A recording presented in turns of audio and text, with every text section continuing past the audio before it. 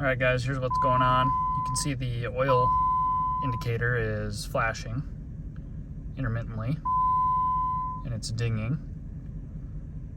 The motor seems to be running fine. I also do have check engine light, but it's probably unrelated. It's been on before this started happening.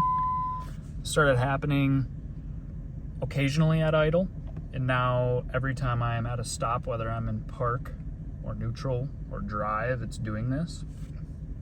And now actually it's starting to stay on more consistently. Before it was just a flicker. So we're gonna go in there, we're gonna check out that sensor and see if that might fix it. This motor does have 225,000 miles on it about, but it seems to run good. It's been maintained really well, and it's been 1,500 miles since my last service with a Mobil 1 filter and Mobil 1 oil. So we'll go in there and we'll see if we got any codes that relate to the oil pressure switch. This pressure switch that we're gonna check is not for oil level, it's just for pressure, and it's triggered by low oil pressure. Or if the sensor is bad, the light will come on too. So as you guys can see, it's running along good, and the oil light's not flashing, doing 70 down the road. I'm also going to teach you guys a trick to check your DTCs with just your key. So if you don't have a code reader, you can do this with the Jeep. And you got to be fast here. So I'm going to turn the key on and off 3 times quickly. You'll see that the DTC report pops up, and it'll automatically cycle through them.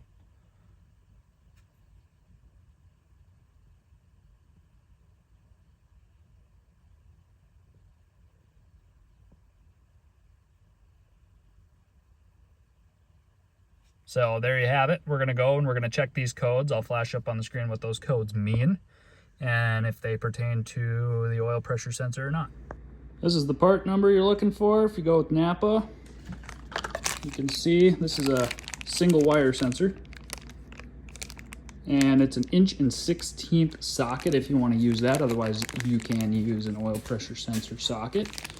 This one doesn't have a very wide sensor body on it, so you're just fine to use an 1/16 socket for this one.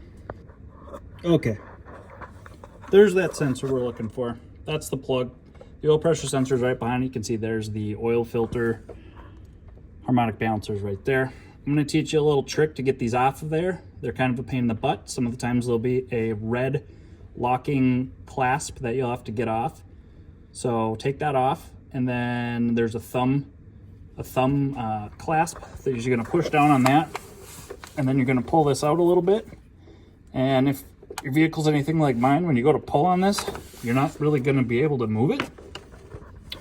So I've got this tool. You could use a pry bar. This is for pulling body panel plastic push pins, and you can actually lightly pry against the oil filter and the end of the socket here, and you'll see it just pops right out. And right away we can see that there is oil soaking that plug, which tells me that the sensor itself has failed internally and is now leaking oil, and likely the cause of the flickering oil light. So let's get this thing out. I'm going to use an extension on this. You'll see why in a second. When you just have the oil pressure socket in there, you run out of clearance to actually turn the thing. You might have to drop this down to a 1-inch, but we're going to try with this. We're skinny back under here. Got it on there, and oh wow. Either that was really loose or the socket fell off. Yep, socket fell off. Sometimes it just is seeming too easy. There we go. All right, now we're turning. You don't need to take the belt off for this. I'll loosen it up, see if we're hand tight at this point.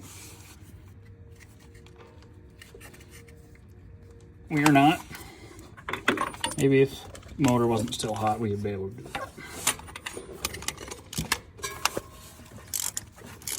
There is Loctite on these new ones, so that means there's probably Loctite on the old ones.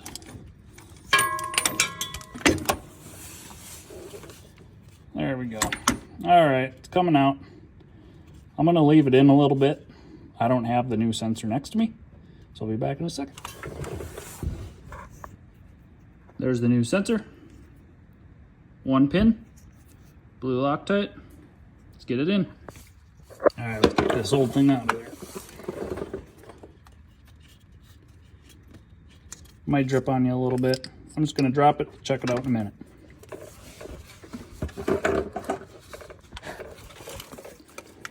There's a new one. Oh boy. Yeah, no, it's dripping good. It's dripping good.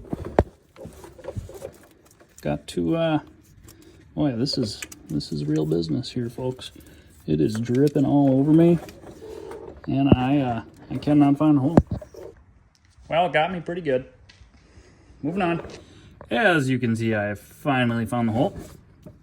Tighten it in there.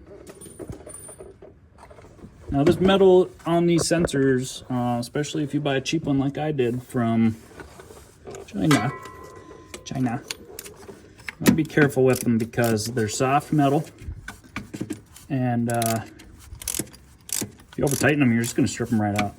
So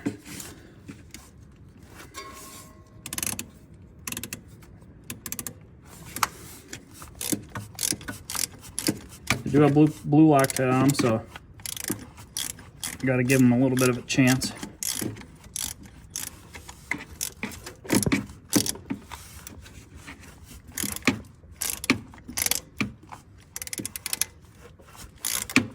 It appears as if my Harbor Freight ratchet is ready for warranty. The gears are feeling not great. We're going to keep going a little bit here. All right. Above the belt is working better, I must say. It's very tight under here, especially when you're filming with one hand. A little bit longer extension would have been even better. All right, I think that's good. Now we're going to plug it back in, and I'll show you here. You can see that. I'll try and get some light on you. There's the light. There's the light. You can see there's supposed to be a red thing in there. Right there. It's supposed to slide through there. It's not there. I got kind of lucky actually, because that thing is not easy to get off. So back on it goes. There's definitely no defined snap. I think that plug has seen better days. Before we get too far, we are gonna start it up, make sure it doesn't leak.